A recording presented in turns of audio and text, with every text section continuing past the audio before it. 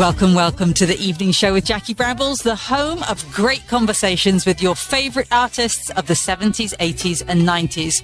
Our opening track, Shoulda, Woulda, Coulda, was a huge hit in 2002 for our special guest, who is, without doubt, one of this country's greatest ever soul, pop and musical stars, with gold albums and Olivier Awards, hit records and West End smashes up the yin-yang. So brilliant to welcome to the great conversation, Beverley Knight. Hello, how are you?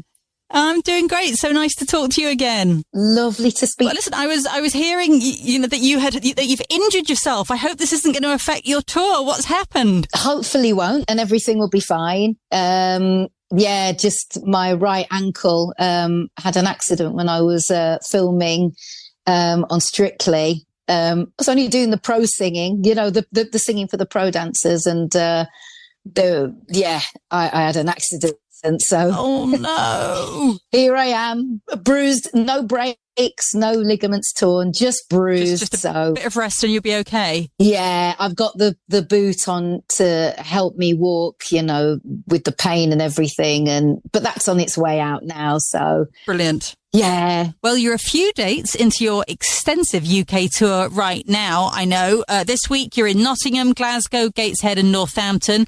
Many, many more dates after that between now and mid-November.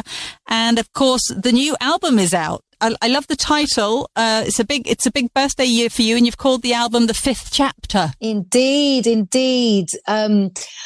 I'm just so grateful to have got to the age of 50 and still feeling like I've got so much I want to give and share and celebrate. So that's why I called it The Fifth Chapter.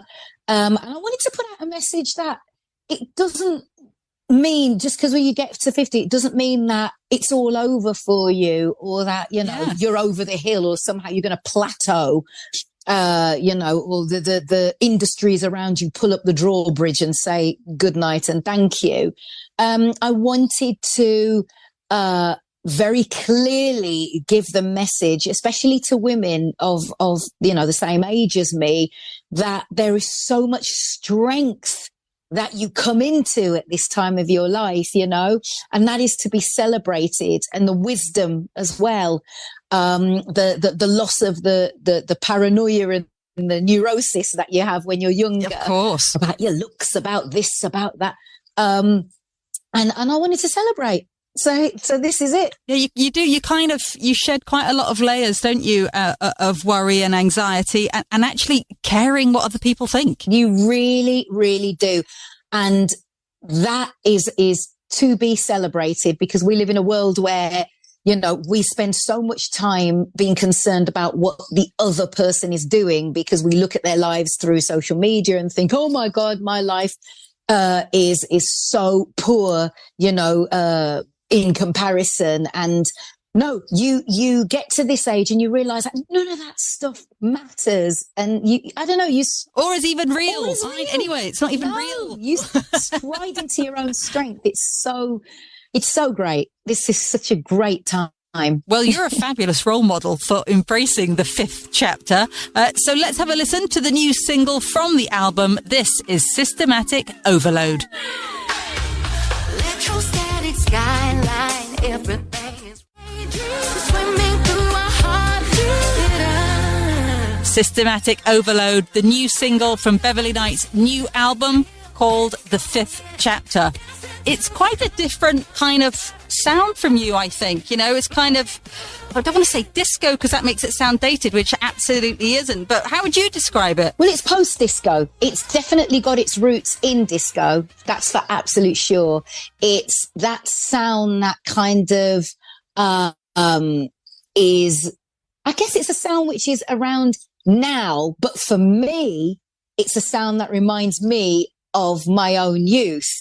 So for younger people, it's kind of a dual purpose, for younger people, it sounds like it's now and it's current and it's the new sound. But for me, it's a sound that I loved back in the day and that I'm reviving for now. So, and a lot of the album straddles that kind of, area, you know, where I believe musically there is a duality going on where, because of the trend of, genres being revived and being enjoyed and celebrated again, but with a new way and a new representation. Yeah.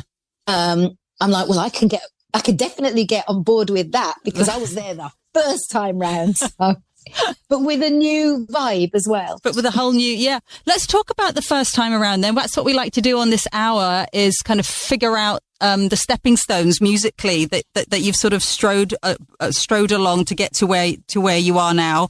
I know that growing up, you know, you were surrounded by a lot of gospel. That was a huge part of your life. When you started to have a sense of pop music, what were those sort of first influences? I mean, do you remember the first single you would ever have bought with your own money? The first, well, me and my sister went uptown together, and I was pretty young, but we did a double. We got Thriller and Off the Wall in our first sitting. So yeah, I always remember that. That was so cool. That was a big one. And again, this is where, you know, my kids would roll their eyes as I say this, but getting an album sleeve, it wasn't just the music that you were about to hear. It was pouring over all the notes and the writers and the producers and what Michael Jackson would have written and blah, wasn't it? It was such a big purchase. All of it. It was all of it. It was the biggest deal. So yeah, for us, because we could only get the cassettes because that's what we had at home. So we got the Thriller because that was the big thing that was out at that time, and then went back and got Off the Wall. But I mean, you spent so much time squinting, looking at all the lines and who wrote what and who did this and who produced that. That was what you did with albums. You would have the album on and spend time while it was playing and you were enjoying it. You'd spend time just looking at the artwork. Absolutely. Because it was so important. So it had to be back then, you know, as iconic as you could possibly make it. And B, you know, all the credits, because you were interested. Well, certainly I was interested in who was involved in the creation of, you know, such amazing records, and so yeah, that was first thing I purchased those two albums.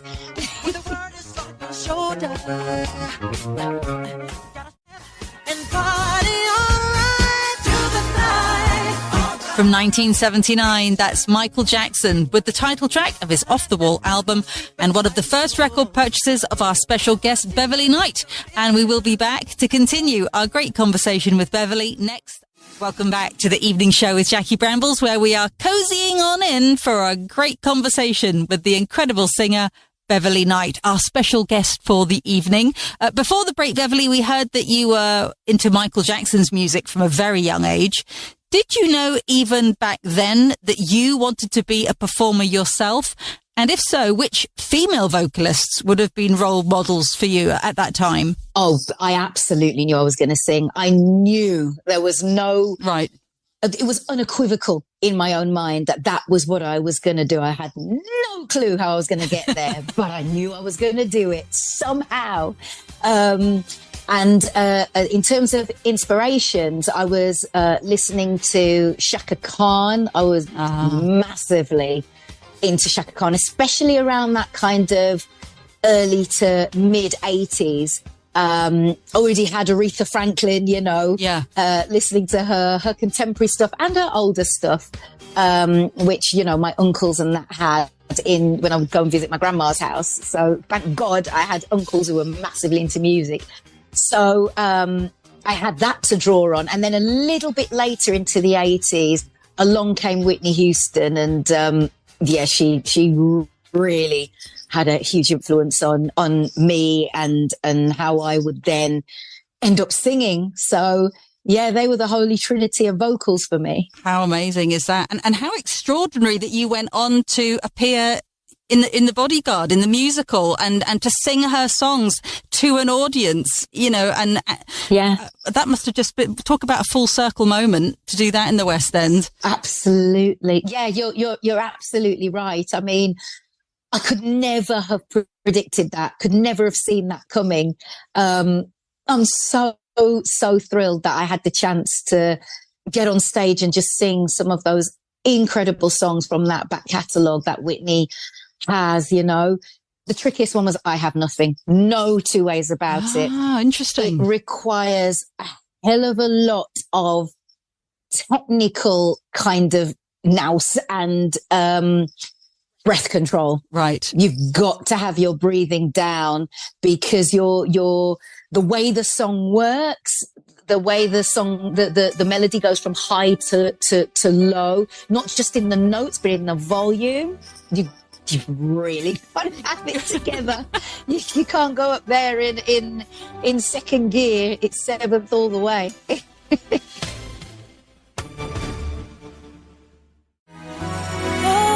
I Have Nothing, a massive hit for Whitney Houston in 1993, and it was the most challenging song for our special guest Beverley Knight to belt out nightly in the West End musical of The Bodyguard. When it came to your recording career, Beverley, as a pop artist, you worked hard at it. It wasn't a matter of easy overnight success. So what would you say was the pivotal moment for you where it sort of shifted gear and moved up into that next level? Well, coming into the kind of later part of the 90s, I was on album number 2. I'd signed a deal in the kind of mid 90s and had an album out, and you know it was okay and did respectfully well, you know, in the kind of specialist area. But then signed with Parlophone Records for what was my second album, but to most of the general public it was the first time they were ever going to hear of me. And I released the track Greatest Day from that album, which I think was single number 2. And that was the one that made people go, oh, this kid, you know, this is great. And at that time, the Mobo Awards were very young, in their infancy. And me winning a couple of those Mobo Awards at that time really helped me to then get onto Top of the Pops. So what an incredible time for me. And I was so stoked. As far as I was concerned, I was on Top of the Pops. That meant I'd made it. Of course. I've done it. I've achieved. I'm on Top of the Pops. It was everything to be on that show. I mean, I think the thing is as well as for the artist it being amazing, because you'll have watched it growing up as a kid every Thursday night. Yeah. I think it's kind of like the stamp of being a legitimate artist for family and friends, right? Who've watched you kind of toil and struggle and everything. Once you get onto Top of the Pops, they start taking it a bit more seriously. Exactly. And that was what happened. Prior to Top of the Pops, people were like, oh yeah, you know, she's singing, you know, oh, it's lovely, isn't it? I got on Top of the Pops and suddenly I was a pop star. I was an artist. I was legitimately making music, you know? And I couldn't have been more stoked. It was the culmination of a lifetime of dreaming and manifesting. And there I was on Top of the Pops, and all my friends from school kind of got back in touch going, oh, I've seen you on the telly. Oh my God, you're on Top of the Pops. It's amazing. And it didn't hurt that I was on there with Puffy. So that was good.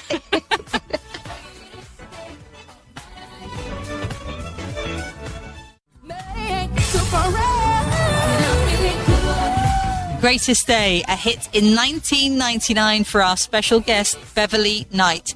So you were in the charts and on Top of the Pops. You had a fan base that was growing fast. But interestingly, in your case, in addition to that, you got noticed by an awful lot of artists, didn't you? Tell us the story of how, I know that you became friends with Prince, but he asked you to support him on tour. He flew you to the States. How did that all come to be? Oh, wow. I'll try and I'll deliver the truncated version because it's a long old story. But I initially met him in 1999, which is very apt. when he was doing some promotion at the Mermaid Theatre in Blackfriars in London, doing promotion for an EP that he had. Yeah. So met him very briefly then, met him very briefly again later on that year, on a TV show. Do you remember that? Everybody remembers the Tube, but they had a special called the Millennium Tube, which was like a celebrating artists of the past 1,000 years, which basically meant the 20th century. But yeah, and he was on that and I was on that. But fast forward again to 2007, he was doing his record-breaking run at the O2. Oh, yes. And 21 nights at the O2. And I had loads of tickets for various nights to go. And then got the call to say, oh, Prince wants you to open for him. So it was incredible. Oh, my God. I mean, talk about a dream come true. So I opened for him. On my first night when I came off stage, his band applauded me, which was really sweet and really lovely. Oh. And just as I was turning into the corridor to go down to my dressing room at the O2, I felt someone grab my arm and it was Prince. And he said, I really want you to do the after shows with me. So I did 4 of the after shows and they were wonderful. And in one of those after shows, I sang Rocksteady, which is the Aretha Franklin classic. Yeah. And then the following year in 2008, he then flew me to LA. He didn't tell me why I was going, but he flew me to LA.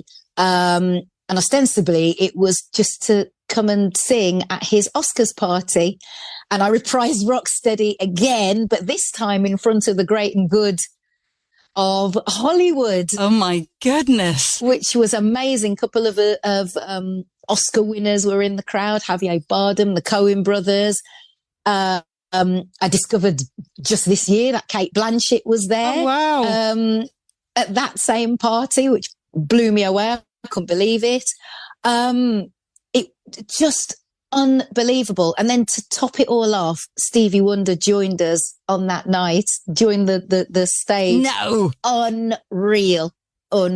So really, Prince not only respected you as an artist, he was actively supporting and promoting you with, you know, the other really impressive people around him, like Quincy Jones and Stevie Wonder. He was a mentor to you. You can imagine how that felt. For someone who's been a lifelong Prince fan since age 9, you know, absolutely dedicated to his music. It was everything to me. From 1991, Diamonds and Pearls by Prince, Beverley Knight's champion. And we'll be back with more of her most meaningful musical memories as our great conversation with Beverley Knight continues next. He was not the only one, was he? You have had so many supporters and believers. I mean, Take That asked you to go on tour and support them as well. What was that experience like? Because that's a whole other genre, a whole other... That was insane. And this is all around the same period. So, you know, again, the universe she was not sleeping. She had my back. Getting on the road with Take That was an entirely different situation. When I worked with Take That, it was screaming. I was going to say screaming girls. It wasn't screaming girls. It was screaming women, you know, and they brought their daughters with them and their gay best friends. I mean, just screams. I can still remember having my in-ear monitors, which, you know, means I can hear the band and myself down the mic, you know, and hearing just screams in the in-ear monitors because my mic had picked up that sound from the audience and it had just gone straight into the in-ear monitor. So I was like, hey, turn the band up, please. Can we turn my vocal, please? I can't hear much. It was that loud. It was insane. And just the craziness, getting off stage, keeping one's costume on, thank you and good night. And there's a car waiting underneath the stage for you to jump into, still in your whole costume, to speed you away from the venue because you can't leave any later. You've got to get ahead of the audience. because swarmed. The women's going to chase those cars. Absolutely. I'm banging on the window and just mad. I mean, my kind of tour buddy was Jason Orange. Yeah. And so often I would jump in Jason's car, and Jason, shall we say, if anybody was going to be slow getting into a car, it was going to be Jason. So I'd be in the car really quickly. He'd come in, kind of sauntering after me. All right, Beverley, sauntering after me. And by the time we'd get out, we got caught on a couple of occasions. Jason! Oh, a bit scary. Oh my God. It just mayhem. Mayhem. You're such a big star to me.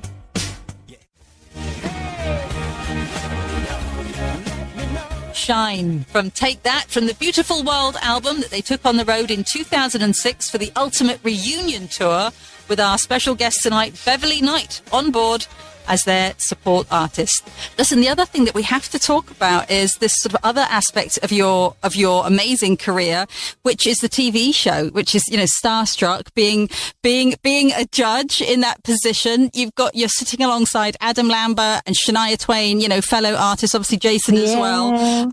How much do you guys get to sort of off camera, talk about music, you and Adam and Shania, and never get the chance to have a little jam session in your dressing room? Or that's what we'd like to think. This show, we managed to do a lot of talking off the screen and off the studio floor, which was really nice. Jason, I already knew. I'd known Jason quite some years. And so we talked anyway about everything and anything. And he's just a really good mate of mine. And Adam, I knew a little bit, but I really got to know him on that show. And we've become really firm and fast friends as well. So, and we talk, so we have kind of joined each other on each other's stages. Oh, wow. Adam's jumped up on my set when I performed at Mighty Hoopla this summer. I jumped on Adam's set when he performed at Pride, Trafalgar Square. So we have kind of shared each other's stages. And when I was in Los Angeles, I went and hung out with him at his show. Had the best time.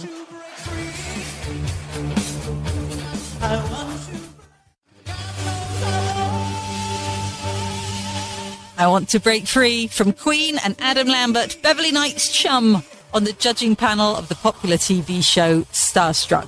Well, listen, before we let you go, we're going to ask you the question that we ask everybody who comes on to the Great Conversation, Beverley. It's really getting you to pick the final track of the hour. And really, it doesn't have to be your favourite song. That's a daft question, but just a particular song that you find yourself revisiting fairly often because it's going to put you in the mood you're trying to get to, whether that's to be comforted if you're feeling a bit down, or to be inspired or energized. What would that song be for you?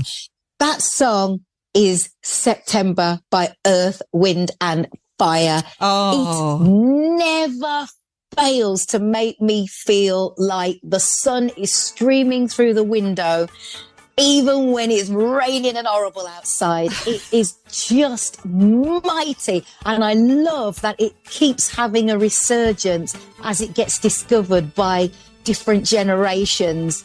It's absolutely timeless.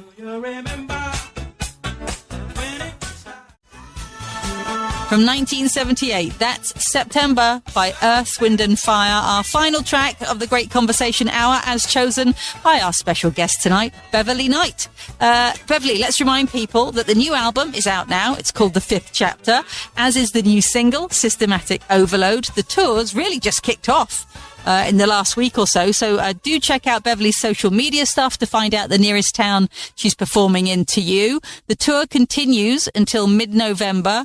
And for musical fans, they're going to be delighted to hear that you're going to be on the West End stage as of March for a run in Sister Act. You're a very busy lady. Exactly. Beverley, it's been such a joy to catch up with you. As always, thank you so much for your time. My pleasure. Thank you. Thanks, Beverley. All the best. Thank you so much. Take care. Beverley Knight.